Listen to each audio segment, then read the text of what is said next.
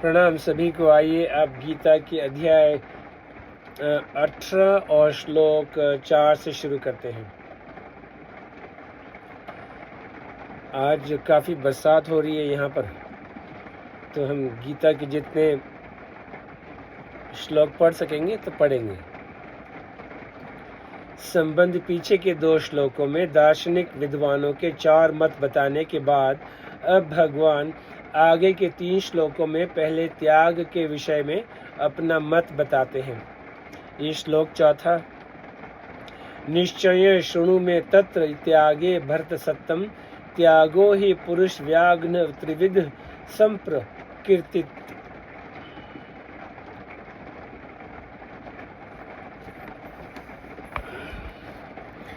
इस श्लोक के पूर्वार्ध की व्याख्या के रूप में भगवान ने 5वें और 6ठे श्लोक में अपना मत बताया है और उत्तरार्ध की व्याख्या के रूप में 7वें से 9वें श्लोक तक 3 प्रकार के त्याग का वर्णन किया है। जिस प्रकार शरीर और शरीरी का विवेक सभी योगियों के लिए परम आवश्यक होने के कारण भगवान ने उसका वर्णन गीता में सबसे पहले किया है, उसी प्रकार फल की कामना और कर्म की आसक्ति का त्याग सभी योगियों के लिए अत्यंत आवश्यक होने के कारण यहाँ भगवान त्याग का वर्णन सबसे पहले आरंभ करते हैं।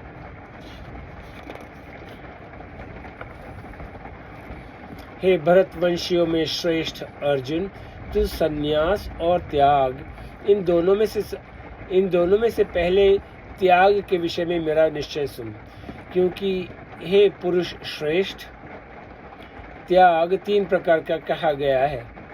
निश्चय शृणु में तत्र त्यागे भरत सत्तम। हे भरतवंशियों में श्रेष्ठ अर्जुन, अब मैं संन्यास और त्याग दोनों में से पहले त्याग के विषय में अपना मत कहता हूँ, उसको तुम सुनो। त्यागो ही पुरुष व्याघ्न त्रिविध संप्रकीर्तित। हे पुरुष व्याघ्न, त्याग 3 तरह का कहा गया है। सात्विक त्याग, राजस और तामस।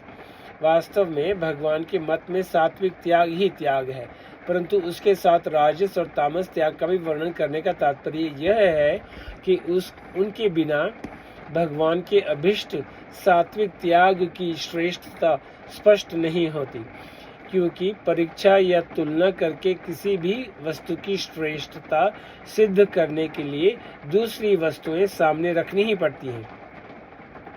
3 प्रकार का त्याग बताने का तात्पर्य यह भी है कि साधक सात्विक त्याग को ग्रहण करे और राजस और तथा तामस त्याग का त्याग करे।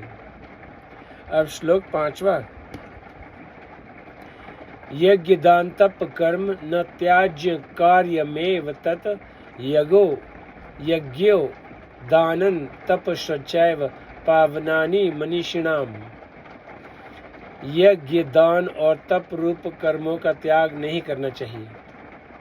यज्ञ दान और तप रूप कर्मों का त्याग नहीं करना चाहिए, प्रत्युत उनको तो करना ही चाहिए, क्योंकि यज्ञ दान और तप ये तीनों ही कर्म मनुष्यों को पवित्र करने वाले हैं। व्याख्या। यज्ञ दान तप कर्म न त्याज्य कार्यमेव तत्।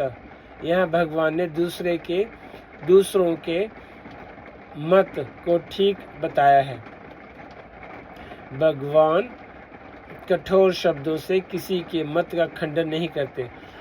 आदर देने के लिए भगवान दूसरे के मत का वास्तविक अंश ले लेते हैं और उसमें अपना मत भी शामिल कर देते हैं।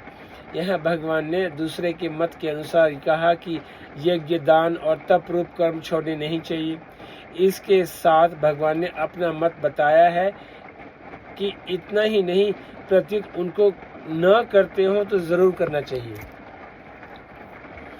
कार्यमेव तत्, कारण कि यज्ञ दान और तप तीनों कर्म मनुष्यों को पवित्र करने वाले हैं। यज्ञो दान तप शौचैव पावनानि मनीषिणाम। यहाँ चैव पद देने का तात्पर्य है कि नित्य नैमित्त जीविका संबंधी शरीर संबंधी आदि जितने भी कर्तव्य कर्म हैं उनको भी ज़रूर करना चाहिए, क्योंकि वे भी मनुष्यों को पवित्र करने वाले हैं। जो मनुष्य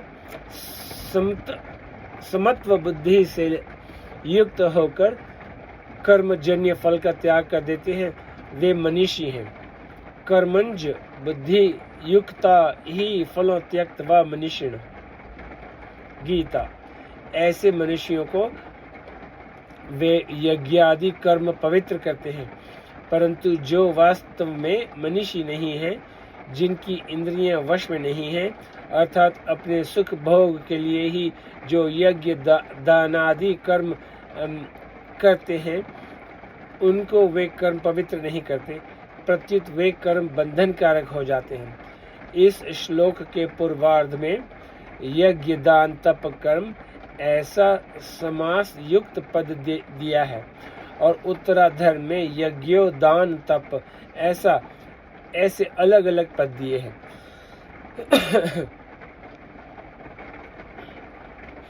इसका तात्पर्य है कि भगवान ने समास युक्त पद से यह बताया है कि यज्ञ दान और तप का त्याग नहीं करना चाहिए, प्रत्युत इनको जरूर करना चाहिए।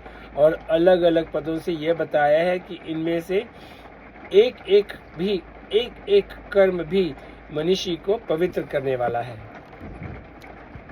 अब यहीं पे समाप्त हुई श्लोक 4 और 5।